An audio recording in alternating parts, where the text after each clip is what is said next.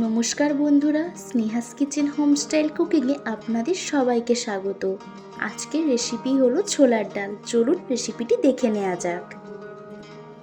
I look at you and it's easy to see you are the someone I've been trying to meet.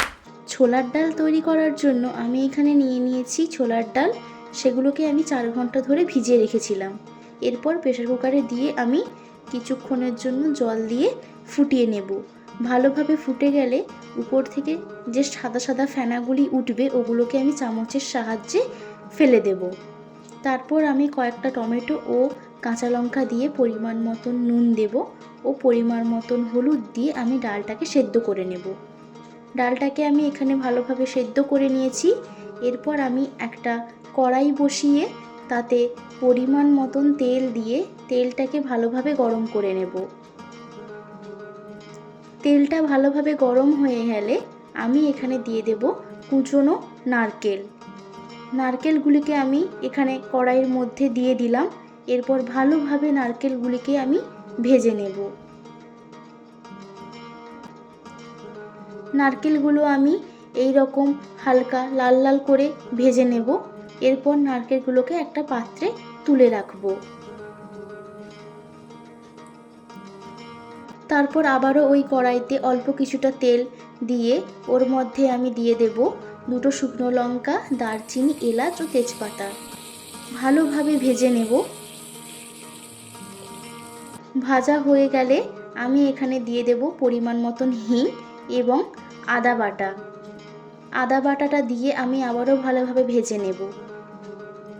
আমি এখানে নিয়েছি শুকনো লঙ্কা গুঁড়ো, হলুদ গুঁড়ো ও জিরে গুঁড়ো। এগুলোকে আমি জল দিয়ে একটা পেস্ট বানিয়ে নেব। এরপর এই পেস্টটা আমি কড়াইয়ের মধ্যে দিয়ে দেব। তারপর আবারও ভালোভাবে কিছুক্ষণ নেড়ে নেব।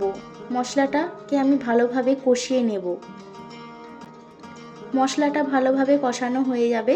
তখন তেল ছাড়তে শুরু করলে আমি এর মধ্যে দিয়ে দেব আগে থেকে ভেজে রাখা কুচনো নারকেলগুলো। নারকেলগুলোকে আমি কড়াইয়ের মধ্যে দিয়ে ভালোভাবে মশলার সঙ্গে মিশিয়ে নেব।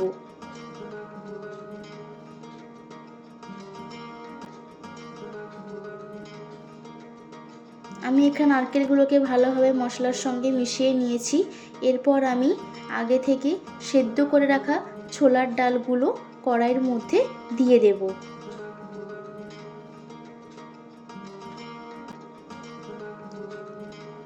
আমি এখানে ডালগুলো দিয়ে দিয়েছি। এবার ফুটতে শুরু করলে আমি এখানে পরিমাণ মতন নুন দিয়ে দেব এবং কিছুক্ষণ ধরে ভালোভাবে ফুটিয়ে নেব। ভালোভাবে ফোটানো হয়ে গেলে আমি এখানে পরিমাণ মতন চিনি দিয়ে দেব এবং আবারও চিনিটাকে ভালোভাবে ডালের সঙ্গে মিশিয়ে আমি অল্প ঘি দিয়ে ভালোভাবে ডালের সঙ্গে মিশিয়ে নেব। তারপর ওপর থেকে অল্প গরম মশলা গুঁড়ো ছড়িয়ে দিলাম। তারপর আমি অ্যাড করব গুঁড়ো গরম মশলা এবং ভালোভাবে ডালের সঙ্গে মিশিয়ে নিয়ে আমি এখানে দিয়ে দিলাম চেরা কাঁচা লঙ্কা। ভালোভাবে আমি ডালের সঙ্গে মিশিয়ে দিলাম। আর কিছুক্ষণ ফুটলেই রেডি আমাদের ছোলার ডাল। ছোলার ডাল এখানে রেডি হয়ে গেছে। আপনারা চাইলে লুচি, রুটি, পরোটার সাথেও এটা সার্ভ করতে পারেন। আশা করছি ভিডিওটি আপনাদের খুবই ভালো লেগেছে। ভিডিওটি যদি ভালো লেগে থাকে অবশ্যই আমার চ্যানেলটিকে সাবস্ক্রাইব করবেন, লাইক করবেন এবং বন্ধুদের সাথে শেয়ার করতে ভুলবেন না। আশা করছি ভিডিওটি বুঝতে আপনাদের কোনো অসুবিধা হয়নি।